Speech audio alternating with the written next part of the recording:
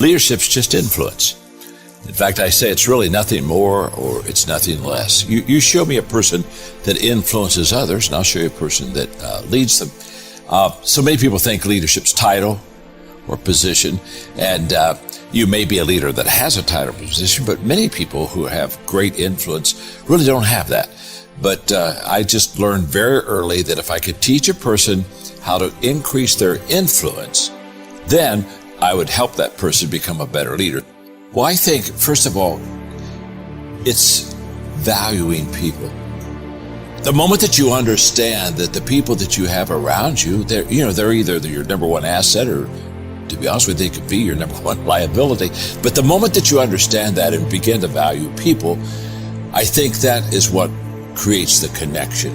Because the moment that, I think we all know, don't you, Tom, don't you think you know when a person values you and when a person doesn't value you?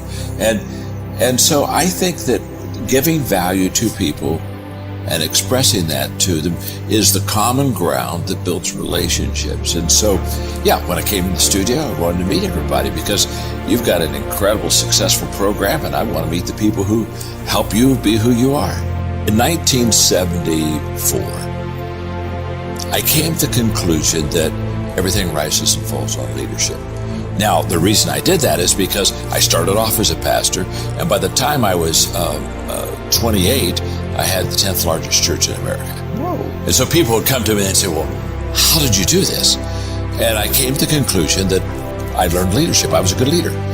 And the day that I became convinced that everything rises and falls on leadership is the day I said, that's what I'm going to give my life to. Because think about it.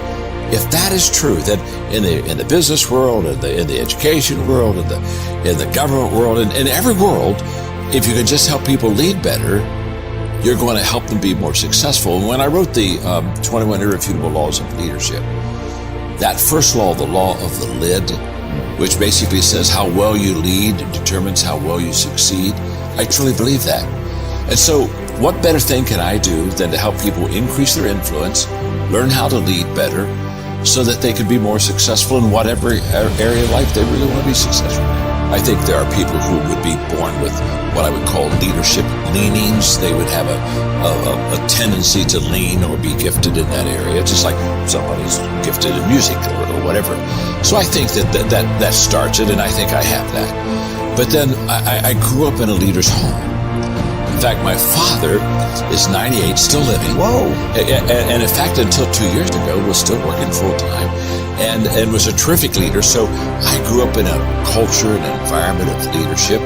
And so when I look at myself and where I am today, so much of it was caught from not only my father, but I've had great mentors throughout my life. In fact, while we're out here in Los Angeles, every time I come out here, I think of John Wooden, who mentored me for the last probably 11 years of his life. And in fact, when you talked about this, sometimes you win, sometimes you learn, he did the forward on that. And he just loved the idea of how to get back up after you fail. So when you look at my home background, the leadership experiences that I had, because a person learns to lead by practicing leadership.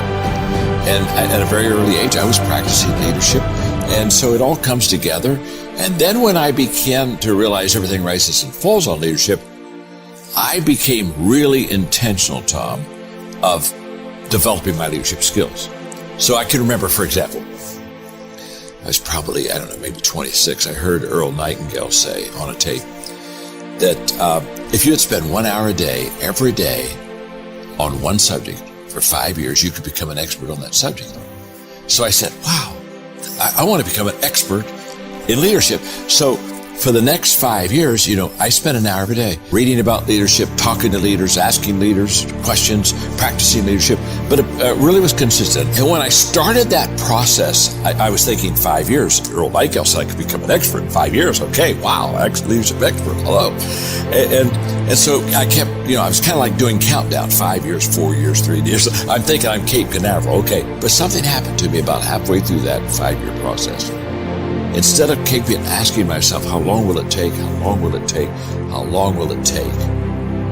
One day I began to realize how I was growing as a leader and the change that was happening within me. And I stopped asking the question, how long will it take? And I started asking the question, how far can I go?